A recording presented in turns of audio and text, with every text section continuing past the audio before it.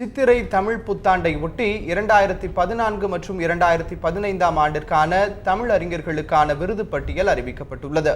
இது தொடர்பாக தமிழக அரசு வெளியிட்டுள்ள செய்திக்குறிப்பில் 2014 ஆண்டிற்கான தமிழ்தாய் விருதுக்கு நவி மும்பை தமிழ்ச்சங்கம் தேர்வு செய்யப்பட்டுள்ளதாக அறிவிக்கப்பட்டுள்ளது. இதேபோல் 2014 ஆண்டிற்கான கபிலர் விருது முனைவர் லலிதா சுந்தரத்திற்கும், உவேசா விருது மருது அழகுராஜாவுக்கும், கம்பர் விருது முனைவர் சேவை சண்முகத்திற்கும் வழங்கப்படுவதாக அறிவிக்கப்பட்டுள்ளது.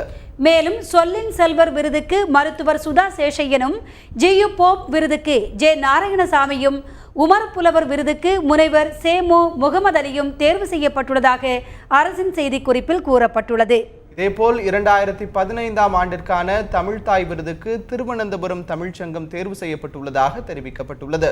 2015 ஆண்டிற்கு கபிலர் விருது கவிஞர் பிறைசூடனுக்கும், உவே சாமிநாதையர் விருது குடவாயல் பாலசுப்ரமணியருக்கும், கம்பர் விருது கோ செல்வத்திற்கும் வழங்கப்படும் என்றும், சொல்லின் செல்வர் விருதுக்கு முனைவர் சோ சத்தியசீலனும், ஜியு போப் விருதுக்கு மதுரை எம் ஆரோக்கியசாமியும், உமர் புலவர் விருதுக்கு மு சாயிபு மரைக்காயரும், இளங்கோவடிகள் விருதுக்கு முனைவர் திருமதி நிர்மலா மோகனும் தேர்வு செய்யப்பட்டுள்ளதாக அரசின் செய்திக்குறிப்பில் அறிவிக்கப்பட்டுள்ளது.